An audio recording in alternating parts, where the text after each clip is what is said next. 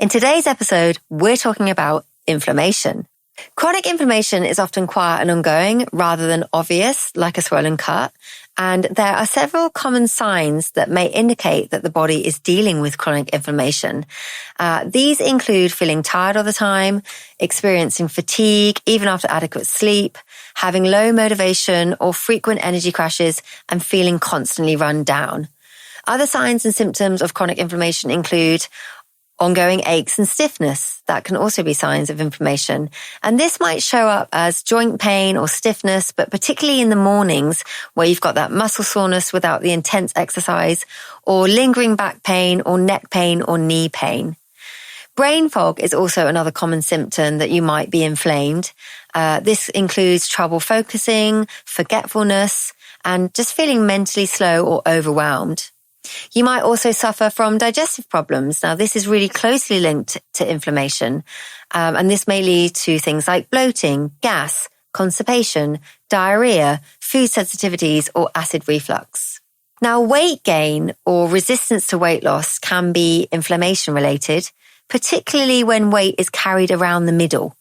Now, blood sugar swings and strong cravings, especially for sugar and carbohydrates, are also common signs of inflammation. Now, mood changes are frequently associated with inflammation. Things like anxiety, irritability, low mood, or mild depression can actually occur, and it's a direct inflammatory response from the brain. Another sign that your body might be inflamed is that you get sick often, or you get every cold going. Now, this can be frequent colds or infections, or generally slow recovery times when an illness occurs. You might have skin issues. Now, skin issues can also reflect of inflammation in the body. I'm talking things like acne, eczema, psoriasis, rosacea, puffiness is a key one, and redness. These all indicate that your body could be inflamed. And there's also hormonal or metabolic signs like PMS, painful periods, irregular menstrual cycles, worsening symptoms of PCOS, or even thyroid conditions. Now, lab markers, if tested, may show signs of inflammation, and these include elevated levels of C-reactive protein, high fasting insulin, blood sugar imbalances, and low levels of vitamin D. So let's have a look at inflammation and talk a little bit about what it actually does in the body. So inflammation in the body is basically driven by inflammatory cytokines. Now, these are signaling molecules which are released by the immune cells. Now, the most common contributors include chronic stress, poor sleep, ultra-processed foods, excess sugar, alcohol, gut imbalances, and a lack of movement. Now, what else can cause low-grade inflammation? Well, a leaky gut can cause low-grade systemic inflammation. Now, when the gut lining becomes permeable, that basically means that inflammatory cytokines can travel from the gut to the brain through the bloodstream and cross the blood-brain barrier, and this can lead to inflammation. And for this reason, IBS is often considered as a brain-gut condition rather than just a digestive issue. Now, gut flora really influences behavior and drives neurochemical changes in the brain, and inflammation in the brain can really reduce nerve activity, and it can contribute to depression. So high cortisol levels also drive neuroinflammation. It can actually shrink the amygdala in the brain, which basically plays a key role in memory and emotional regulation. So an anti-inflammatory diet focuses on calming chronic inflammation in the body, and it also helps to support overall health, and it decreases disease risk. So how do we eat an anti-inflammatory diet? What does that look like? Well, it basically means more vegetables, and these should be eaten in large amounts. I'm talking leafy greens like spinach, kale, cauliflower, carrots, broccoli, courgettes, beetroots. All of these foods have really powerful anti-inflammatory properties. And you want to make sure that you're eating a mix of colors. You know, it's the pigments in these foods that provides the antioxidants, which are really healing and really protective. Antioxidants play a key role in reducing inflammation in the body as well. Now, your protein choices should be lean and anti-inflammatory, and I'm talking things like fatty fish such as salmon, sardines, mackerel. All of these are really high in omega-3 fatty acids, and omega-3 fatty acids are really powerful. They have really potent anti-inflammatory properties in the body.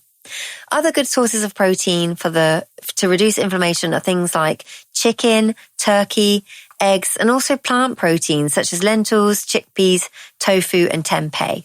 Healthy fats play a key role in reducing inflammation, and these include extra virgin olive oil, avocado, nuts, seeds, almonds, flax seeds, and fatty fish. Now, what these help to do is they help to reduce inflammatory markers in the body like C-reactive protein. So you want to be making sure that you're getting healthy fats in every single day, guys. So what else should we be eating to reduce the inflammation in our diet? Well, whole grains should be really included every single day if well tolerated. I'm talking oats, quinoa, brown rice. All of these foods, refined flours and sugars should be avoided because they spike insulin and they can fuel inflammation. Now, flavorful foods also provide anti-inflammatory compounds. That's things like garlic, ginger, onion, turmeric.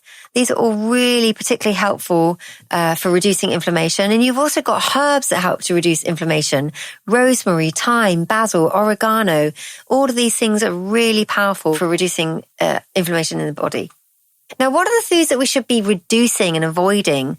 Now, there are things called ultra-processed foods like refined sugar, white flour, excess alcohol, fried foods, trans fatty acids. All of these foods should be avoided because they are pro-inflammatory in the body. So let's take a look at some supplements that can also help to reduce inflammation in the body. Now, the key ones here are omega-3 fatty acids. These are the most researched nutrients for lowering inflammation, and that is because of the compounds DHA and EPA, predominantly from oily fish. These foods help to reduce inflammatory cytokines such as TNF-alpha, interleukin-1, and interleukin-6. So you want to be making sure that you're eating salmon, sardines, mackerels, chia seeds, flax seeds, or you can supplement, guys, but I recommend that you do this every single day. What else can we be eating to reduce inflammation in our diet?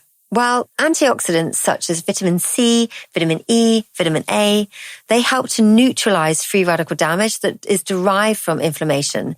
So, making sure that you're eating foods high in vitamin C. That's things like oranges, strawberries, kiwis, peppers.